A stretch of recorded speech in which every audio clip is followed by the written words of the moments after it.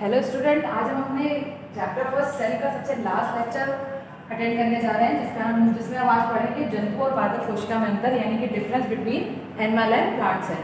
तो आइए देखते हैं what are the difference between animal and plant cell. तो एनिमल सेल जो होती है उसमें कोशिका भित्ति, जैसे कि सबसे पहला हमने कोशिका अंगक पढ़ा था सेल वॉल, तो सेल वॉल को ही हिंदी में कोशिका भित्ति कहते हैं। और कोशिका भित्ति जो जंतु कोशिका में होती है वो क्या होती है, नहीं पाई जाती है, लेकिन जो पादप कोशिका होती है उसमें कोशिका भित्ति पाई जाती है। और वो भी किस चीज की बनी होती है, वो बनी होती है सेल्यूलोज की बनी होती है। तो फर्स्ट पॉइंट हमारा सेल वॉल है। Cell wall is absent in animal cell but in plant cell present in and made up of cellulose. मतलब कि कोशिका भित्ति जो होगी वो किसकी बनी होगी, सेल्यूलोज की बनी होगी प्लांट सेल में, लेकिन एनिमल सेल में जो कोशिका भित्ति बनी होगी वो किसकी बनी होगी, नहीं पाई जाएगी उसमें, तो वो किसी भी चीज की बनी हुई नहीं होगी। फिर अब हम बात करते हैं अपने दूसरे टॉपिक की, यानी कि दूसरा जो डिफरेंस है वो किसका होगा, रिक्तिका का होगा, वैक्यूल का होगा। तो वैक्यूल जैसा कि हमने पढ़ा था, अपना सेकंड या थर्ड टॉपिक था कोशिका अंगक का, सेल ऑर्गेनेल का थर्ड टॉपिक था रिक्तिका। तो रिक्तिका जो होगी वो जंतु कोशिका में क्या होगी, छोटी होगी या अब्सेंट होगी, अनुपस्थित होगी। लेकिन वही अगर पादप कोशिका की बात करें तो उसमें जो रिक्तिका पाई जाएगी वो बड़ी होगी। जैसा कि हम लोग ने पढ़ा था कि रिक्तिका जो है पादप कोशिका में कितने परसेंट भाग उसका होता है, उसका 90% भाग होता है। यानी कि रिक्तिका जो पादप कोशिका में पाई जाती है वो 90% होती है। यानी कि सबसे बड़ी जो ऑर्गेनेल अगर देखा जाए पादप कोशिका में पाया जाता है वो क्या पाया जाता है, रिक्तिका, वैक्यूल पाई जाती है। और वो परसेंट कितनी परसेंट होती है, 90% भाग उसका जो होता है वो पादप कोशिका में होता है। दैट मीन जो पादप कोशिका का वैक्यूल होगा वो क्या होगा, बड़ा होगा, और जो जंतु कोशिका का वैक्यूल यानी कि रिक्तिका होगी वो छोटी होगी या अब्सेंट होगी। कुछ एनिमल्स में छोटी होगी और कुछ एनिमल्स में नहीं होगी। फिर हम बात करते हैं हरित लवक की, यानी कि क्लोरोप्लास्ट की। तो क्लोरोप्लास्ट जो है वो तो वेल नोन है कि एनिमल सेल में नहीं पाया जाएगा, लेकिन प्लांट सेल में जो है क्लोरोप्लास्ट है वो पाया जाएगा, हरित लवक जो है वो पाया जाएगा। फिर अब हम बात करते हैं जिसके कारण पौधे हरे होंगे, इसीलिए इसमें हरित लवक पाया जा रहा है। फिर हम गोल्जी कॉय या गोल्जी बॉडी या गोल्जी सोम या गोल्जी बॉडी या डिक्टियोसोम, इतने सारे नाम है गोल्जी बॉडी के, उनके बारे में बात करते हैं। तो जो गोल्जी बॉडी होगी वो एनिमल सेल में क्या होगी, पूर्ण विकसित व स्पष्ट होगी, यानी कि पूरी तरह से विकसित होगी और पूरी तरह से क्लियर होगी, अच्छी तरह से गोल्जी बॉडी दिखाई देगी किसमें, एनिमल सेल में। लेकिन अगर हम वही पादप कोशिका यानी कि प्लांट सेल की बात करें तो जो गोल्जी बॉडी होगी वो इसमें क्या होगी, अपूर्ण होगी, यानी कि इनकम्प्लीट होगी। और इसमें जो गोल्जी बॉडी पाई जाएगी, जैसा कि आपने पढ़ा था जब इसका हम डिस्क्रिप्शन पढ़ रहे थे गोल्जी बॉडी का, तब हमने पढ़ा था कि गोल्जी बॉडी जो है प्लांट सेल में गोल्जी बॉडी को गोल्जी काय न कह के, गोल्जी सोम न कह के क्या कहा जाता है, उसको डिक्टियोसोम कहा जाता है। तो गोल्जी बॉडी जो होगी वो अपूर्ण होगी और गोल्जी बॉडी उसको न कह के क्या पाया जाएगा, इसमें डिक्टियोसोम पाया जाएगा।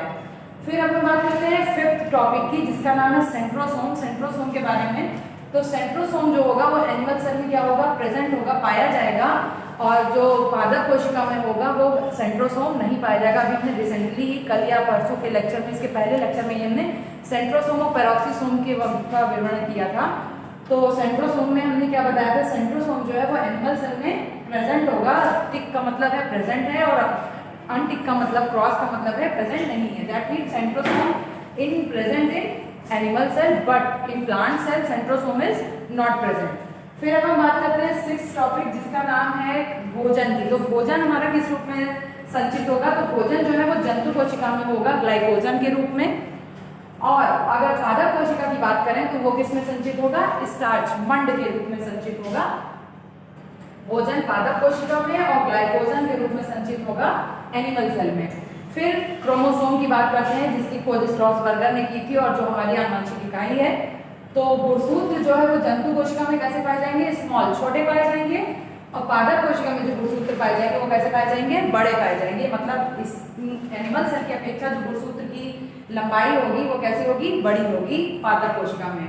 फिर लवक की बात करते हैं, तो लवक यानी प्लास्टिड हमने पढ़ा था, 3 प्रकार के होते हैं, हरित लवक, ल्यूकोप्लास्ट, क्लोरोप्लास्ट, क्रोमोप्लास्ट और ल्यूकोप्लास्ट, 3 हमने पढ़े थे प्लास्टिड। तो प्लास्टिड जो होंगे, लवक जो होंगे वो जंतु कोशिका में नहीं पाए जाएंगे, लेकिन जो पादप कोशिका होगी उसमें जो लवक होंगे वो पाए जाएंगे। और तीनों प्रकार के लवक पाए जाएंगे, क्लोरोप्लास्ट, क्रोमोप्लास्ट और लास्ट क्या है, ल्यूकोप्लास्ट। ये तीनों ब्लास्ट के बारे में हमने डिस्क्रिप्शन दिया है, लवक के बारे में आप फिर से पढ़ सकते हैं तो उसमें आपको दिखाई देगा। फिर लाइसोसोम के बारे में कहते हैं, तो लाइसोसोम जिसको हम कहते हैं सुसाइड बैग यानी कि आत्मघाती थैली, तो आत्मघाती थैली यानी कि लाइसोसोम यानी लयनकाय जो होगा वो जंतु कोशिका में नहीं पाया जाएगा। और वही अगर हम बात करें पादप कोशिका इन प्लांट सेल में लाइसोसोम की, तो लाइसोसोम जो प्लांट सेल में होंगे वो पाए जाएंगे। फिर कल हमने पढ़ा था पैरोक्सीसोम के बारे में, तो पैरोक्सीसोम जो होगा वो जंतु कोशिका में जो ऑक्सीसोम पाया जा रहा है उसको हम बोलेंगे peroxisome. But in plant cell found oxysome is known as glyoxysome, यानी कि जो पैरोक्सीसोम पादप कोशिका में, जो ऑक्सीसोम पादप कोशिका में पाया जा रहा है उसका क्या नाम होगा, ग्लाइऑक्सीसोम होगा।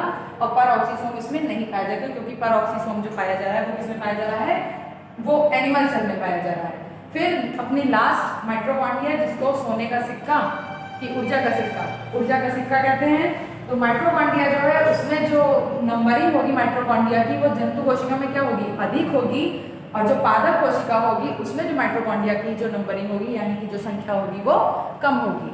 आइए एक बार फिर से हम इसके बीच का डिफरेंस देख लेते हैं।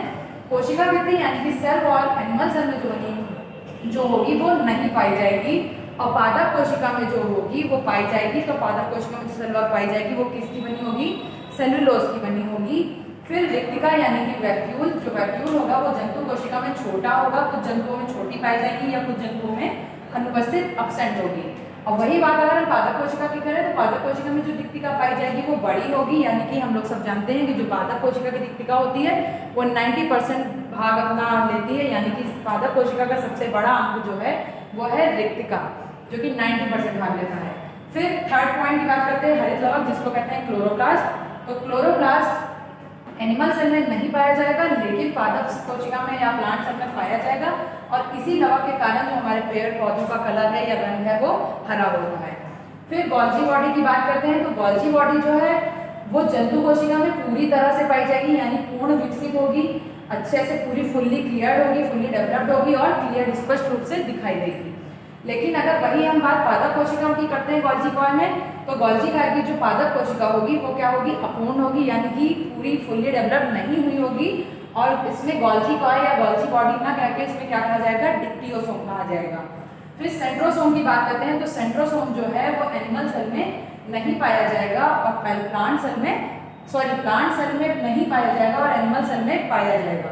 फिर भोजन किस रूप में संचित होता है इनके अंदर, तो भोजन जो होगा जंतु कोशिका में वो ग्लाइकोजन के रूप में संचित होगा, और पादप कोशिका में जो संचित होगा वो किस रूप में होगा, स्टार्च यानी कि मंड के रूप में संचित होगा। फिर क्रोमोसोम की बात करते हैं, तो क्रोमोसोम जो होगा वो जंतु कोशिका में छोटे होंगे और पादप कोशिका में जो क्रोमोसोम होंगे वो बड़े होंगे। फिर लवक यानी कि क्लोरोप्लास्ट, क्रोमोप्लास्ट और ल्यूकोप्लास्ट। प्लास्टिड की अगर बात करें तो प्लास्टिड जो है वो जंतु कोशिका में नहीं पाए जाते हैं, और वही अगर पादप कोशिका की बात करें तो प्लास्टिड जो है वो पाए जाते हैं, और वो कौन कौन से होते हैं, क्लोरोप्लास्ट होते हैं, क्रोमोप्लास्ट होते हैं और ल्यूकोप्लास्ट होते हैं। फिर लाइसोसोम यानी कि आत्मघाती थैली की बात करें तो जंतु कोशिका में आत्मघाती थैली यानी कि लाइसोसोम या लयनकाय नहीं पाया जाएगा, और पादप कोशिका में जो लाइसोसोम है यानी कि लयनकाय है वो पाया जाएगा। फिर ऑक्सीसोम की बात करते हैं, तो ऑक्सीसोम जो जंतु कोशिका में पाए जाते हैं उनको बोला जाता है पैरोक्सीसोम, और जो पादप कोशिका में पाए जाते हैं उन्हें बोलते हैं ग्लाइऑक्सीसोम। तो ग्लाइऑक्सीसोम पाए जाएंगे पादप कोशिका में और एनिमल सेल में पाए जाएंगे पैरोक्सीसोम। फिर लास्ट हमारा है माइटोकॉन्ड्रिया। तो माइटोकॉन्ड्रिया जो होगा उसकी जो नंबरिंग होगी वो ज़्यादा होगी, और जो प्लांट सेल में माइटोकॉन्ड्रिया की नंबरिंग होगी वो कम होगी। तो इस तरह से हमने जंतु और पादप कोशिका में अंतर पढ़ा। अब हम इसके आगे पढ़ने जा रहे हैं कि कोशिका कला में जो कार्य विधि है, किस तरह से जो द्रव है उसका जो सांद्रता है वो किस तरफ से जाती है, ये हम इसके आगे पढ़ने जा रहे हैं। तो आइए देखते हैं किस तरह से उसमें जो द्रव है वो किस सांद्रता से किस सांद्रता की तरफ जाता है। तो अब आइए हम देखते हैं कि कोशिका कला में पदार्थों का आवागमन कैसे होता है, यानी कि कोशिका कला के जो पदार्थ हैं उनकी जैविक क्रियाएं किस किस प्रकार से होती हैं। तो उनकी जो जैविक क्रियाएं हैं वो होती है, पहला तो पॉइंट उसमें होगा विसरण जिसको आप बोलते हैं डिफ्यूजन, और दूसरा होता है परासरण जिसका नाम है ऑस्मोसिस। तो विसरण जैसे कि नाम से कहा है विसरण, विस मतलब होता है विसना, कम होना, तो डिफ्यूजन और इसकी इंग्लिश से भी क्लियर है। तो इसमें जो आप देखेंगे, जो घोल देखेंगे, इसमें डिफिनेशन इसकी ये है, जब दो भिन्न सांद्रता वाले घोल अधिक सांद्रता से कम सांद्रता वाले सांद्रता की ओर अर्ध पारिक्रम झिल्ली द्वारा गति करते हैं, तब इस फिनोमिनन को या इस क्रियाविधि को क्या बोलेंगे हम? विसरण। यानी कि मान लीजिए कोई दो घोल है आपके पास और वो दोनों घोल अधिक सांद्रता से कम सांद्रता की तरफ गति कर रहे हैं, यानी कि एक की कंसंट्रेशन जो है वो ज्यादा है और एक की कंसंट्रेशन क्या है?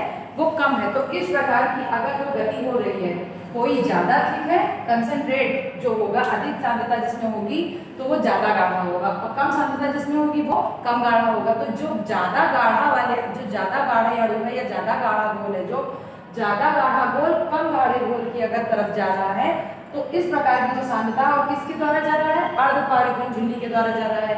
तो अब बात आती है अर्ध पारिक्रम झिल्ली क्या होती है?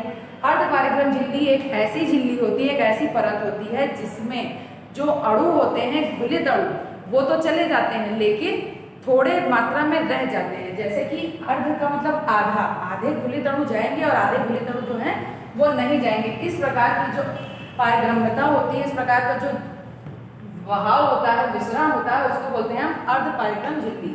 ऐसी परत जिसमें अणुओं की जो अणु हैं वो किस तरह से आधे जा रहे हैं, मतलब जो अधिक मोटे अणु है वो नहीं जा पा रहे हैं और जो पतले अणु है वो चले जा रहे हैं। तो इस प्रकार का अगर वहाव है, इस तरह का जो विसरण है वो अर्ध पारिक्रम बोला जाएगा। और जिस परत या जिस झिल्ली के द्वारा हो रहा है तो उसे हम क्या बोलेंगे? अर्ध पारिक्रम झिल्ली।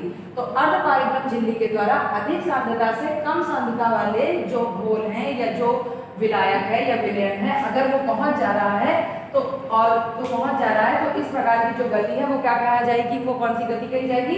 विसरण गति, यानी कि डिफ्यूजन मोशन बोला जाएगा। फिर अब हम बात करते हैं अपने दूसरे मोशन की, जिसका नाम है परासरण, जिसको बोलते हैं ऑस्मोसिस। तो परासरण जो गति होती है ये जस्ट डिफ्यूजन का उल्टा होता है। तो ऑस्मोसिस में डिफ्यूजन में हमने ये पढ़ा था कि जो घोल है वो अधिक सांद्रता से कम सांद्रता की ओर अर्ध पारिक्रम झिल्ली द्वारा गति कर रहा है, लेकिन इसमें क्या हो जाएगा? जो कम सांद्रता होगी, यानी कि जो पतला घोल होगा वो गाढ़े घोल की ओर गति करेगा, किसके द्वारा? अर्ध पारिक्रम झिल्ली के द्वारा। तो इस प्रकार की जो गति होगी वो क्या कही जाएगी? परासरण गति कही जाएगी। यानी कि डिफ्यूजन में क्या होगा? हाई टू लो होगा, लेकिन जो ऑस्मोसिस होगी उसमें क्या होगा? लो टू हाई होगा। यानी कि हाई का मतलब यहाँ ज्यादा का मतलब है, हाई का मतलब ज्यादा से और ज्यादा का मतलब गाढ़े से है। गाढ़ा घोल कम गाढ़े घोल की तरफ गति करेगा, किसके द्वारा? अर्ध पारिक्रम झिल्ली, जिसको हमने वैक्यूम में बताया था सेमी परमिएबल मेम्ब्रेन। ये वही है सेमी परमिएबल मेम्ब्रेन, अर्ध पारिक्रम झिल्ली है जो कोशिका कला में जितने भी पदार्थ जाने हैं, कैसे जाने हैं, उसका निस्तारण करती है, उसको बताती है कि किस तरह से ये क्रियाएं करेंगे तो किस तरह से ये इस झिल्ली के द्वारा गति करके पहुंच पाएंगे। तो डिफ्यूजन में क्या देखेंगे हम? हाई टू लो देखेंगे, यानी कि गाढ़ा घोल कम गाढ़े घोल की तरफ जाएगा अर्ध पारिक्रम झिल्ली के द्वारा, और परासरण में क्या देखेंगे? कम गाढ़ा घोल ज्यादा गाढ़े घोल की तरफ जाएगा अर्ध पारिक्रम, यानी कि सेमी परमिएबल मेम्ब्रेन के द्वारा। अब हमने देखा है यहाँ पे कि परासरण जो होता है वो दो प्रकार का होता है। कौन कौन सा? एक होता है बहिः परासरण और एक होता है अंतः परासरण। तो बहिः परासरण यानी कि एक्स ऑस्मोसिस, उसमें क्या होता है? उसमें तनु घोल जो होगा वो शांत घोल की तरफ जाएगा, यानी कि तनु घोल का मतलब होगा डाइल्यूट जो आपका है सोल्यूशन। डाइल्यूट सोल्यूशन आपने केमिस्ट्री में पढ़ा होगा। डाइल्यूट सोल्यूशन का मतलब होता है पतला, और शांत जो घोल होगा यानी कि कंसंट्रेट जो सोल्यूशन होगा वो क्या होता है? गाढ़ा होता है। तो इस तरह से जो ये डाइल्यूट सोल्यूशन होगा, किसी भी पदार्थ को आप रखेंगे, जैसे कि हमने एग्जांपल लिया अंगूर का पिचकना। मान लीजिए आपने ये बीकर लिया और इस बीकर में आपने सोल्यूशन फिल कर दिया और इसमें आपने अंगूर रख दिए। तो अंगूर जब इसमें आप रख देंगे तो अगर आपको बहिः परासरण देखना है, अगर आपको एक्स ऑस्मोसिस देखनी है, तो इसमें क्या होगा? जो इसमें तनु घोल होगा, यानी कि जो इसके अंदर अंगूर के अंदर जो लिक्विड भरा हुआ होगा वो डाइल्यूट होगा, वो कहाँ चला जाएगा? वो बाहर चला जाएगा। और जो बाहर का घोल, जो हमने जो बाहर का विलयन ले रखा है, चीनी का पानी ले रखा है, जो जिसमें चीनी की परसेंटेज ज्यादा है पानी की परसेंटेज कम है, तो इस प्रकार का जो घोल हमने ले रखा है, तो वो घोल कहाँ चला जाएगा? वो घोल अंदर चला जाएगा, जिससे हमारे जो अंगूर होंगे वो क्या होंगे? पिचक जाएंगे, और ये हमारे क्या फॉर्म कर देंगे? ये हमारे बन जाएंगे किशमिश। यानी कि अंगूर से किशमिश का बनना जो है वो बहिः परासरण है, एक्स ऑस्मोसिस है। इसमें डाइल्यूट घोल जो होगा यानी कि तनु घोल जो होगा वो अंदर की तरफ चला जाएगा। ये जो बाहर का जो हमने घोल लिया हुआ है ये अंदर की तरफ चला जाएगा, और जो शांत घोल होगा यानी कंसंट्रेट घोल जो होगा जो अंगूर के अंदर से निकल रहा है, डाइल्यूट मैंने बोला है अभी, वो कंसंट्रेट सोल्यूशन होगा, डाइल्यूट नहीं होगा। अंगूर के अंदर से जो रस निकल रहा है वो कंसंट्रेट होगा, वो बाहर चला जाएगा, और बाहर का जो डाइल्यूट यानी कि जो पतला द्रव होगा जिसमें हमने पानी की मात्रा अधिक रखनी है और चीनी की मात्रा कम रखनी है, तो इस प्रकार का जो घोल जब अंदर जाएगा तो वो क्या बनाएगा, वो किशमिश बनाएगा। तो अंगूर का पिचटना जो है एक एग्जाम्पल किसका है, एक्स ऑस्मोसिस का एग्जाम्पल है। फिर हम नेक्स्ट अपने प्रकार की बात करते हैं, नेक्स्ट टाइप की बात करते हैं जो कि ऑस्मोसिस का है, और वो क्या है, एंड ऑस्मोसिस है। एंड ऑस्मोसिस यानी अंतःपरासरण, और ये वही परासरण का जस्ट अपोजिट होता है। इसमें किशमिश का फूलना, जैसे कि बीकर ले लिया, बीकर में आपने सोल्यूशन फिल कर दिया, और इस वाले सोल्यूशन में क्या करना है, कंसंट्रेट सोल्यूशन रखना है, यानी कि 90% चीनी 10% वाटर इस वाले में रखना है, 90% शुगर और 10% वाटर। इस तरह का हमको एक विलेन बनाना है। इस वाले में क्या करना है, 10% वाटर लेना है, सॉरी 90% वाटर लेना है और 10% शुगर करनी है। शुगर की जो परसेंटेज है वो कम रखनी है, तभी तो मेरा जो सोल्यूशन बनेगा वो डाइल्यूट बनेगा। लेकिन हमें यहाँ पे सोल्यूशन जो बनाना है वो कैसा बनाना है, कंसंट्रेट बनाना है, और यहाँ पे कैसा बनाना है, डाइल्यूट बनाना है। तो कंसंट्रेट सोल्यूशन जो रहेगा वो क्या करेगा, अंदर की तरफ जाएगा, जैसे कि ये जो किशमिश होगी इसके अंदर जाएगा ये कंसंट्रेट सोल्यूशन, और जब ये कंसंट्रेट सोल्यूशन अंदर जाएगा तो किशमिश को क्या करेगा, फुलाएगा। तो जब ये फूल जाए और डाइल्यूट जो सोल्यूशन होगा इसके अंदर में जो सोल्यूशन जो होगा कम होगा वो कहाँ जाएगा, वो बाहर चला जाएगा। तो डाइल्यूट सोल्यूशन अंदर जा रहा है, और सॉरी कंसंट्रेट सोल्यूशन अंदर जा रहा है और डाइल्यूट सोल्यूशन बाहर जा रहा है। तो जो डाइल्यूट सोल्यूशन जब बाहर जाएगा, जो किशमिश के अंदर जो थोड़ा सा भी द्रव भरा हुआ है वो डाइल्यूट होगा, वो कहाँ चला जाएगा, वो बाहर चला जाएगा। और जो बाहर घोल हमने बनाया है 90% शुगर का और 10% वाटर का जो कंसंट्रेट है, वो कंसंट्रेट सोल्यूशन कहाँ पहुंच जाएगा, वो पहुंच जाएगा किशमिश के अंदर, और इस तरह से हमारी जो किशमिश होगी वो फूल जाएगी, और फूल करके क्या बन जाएगी, अंगूर बन जाएगी। फिर से अब हम एक बार पूरी जैविक क्रियाएं कोशिका कला की देख लेते हैं। कोशिका कला में जो पदार्थ का आवागमन है जिसको हम जैविक क्रियाएं कहते हैं वो दो प्रकार की होती है। पहली होती है विसरण, दूसरी होती है परासरण। जैसे कि नाम से क्लियर है, विसरण, विसरण का मतलब कम हो जाना। तो इसमें क्या होगा, अधिक घोल से कम हो जाएगा, यानी कि हाई टू लो हो जाएगी जो कंसंट्रेशन होगी, मतलब गाढ़ा घोल जो होगा वो कम गाढ़े घोल की तरफ चला जाएगा, और किसके द्वारा, अर्ध पारिक्रम झिल्ली के द्वारा। फिर बात करते हैं परासरण। परासरण शब्द अगर आपको देखना हो तो देखिए इसमें लिखा है पर। तो पर क्या होता है, पर होता है उड़ने का काम करता है। उड़ने का मतलब ऊंचे से, तो that mean low to high, नीचे से ऊपर ही तो जाता है पर, तो वही काम होगा परासरण में, लो टू हाई, नीचे से ऊपर। तो परासरण के लिए आप ट्रिक ये यूज कर सकते हैं कि इसमें कंसंट्रेशन जो होगी वो लो टू हाई होगी। परासरण में पर लगा हुआ है इसलिए इसमें जो कंसंट्रेशन होगी वो नीचे से ऊपर जाएगी, और विसरण में नीचे गिरना लिखा है, विसना गिरना है लिखा हुआ है, तो इसका मतलब ऊपर जो कंसंट्रेशन होगी ऊपर से वो नीचे जाएगी। तो विसरण और परासरण ये हो गया। विसरण में क्या होगा, हाई टू लो जाएगी कंसंट्रेशन विद बाई अर्ध पारिक्रम झिल्ली या by semi permeable membrane, but in osmosis low to high concentration go by semi permeable membrane, यानी कि लो से कम सांद्रता से अधिक सांद्रता की तरफ जाएगी सेमी परमिएबल मेम्ब्रेन के द्वारा।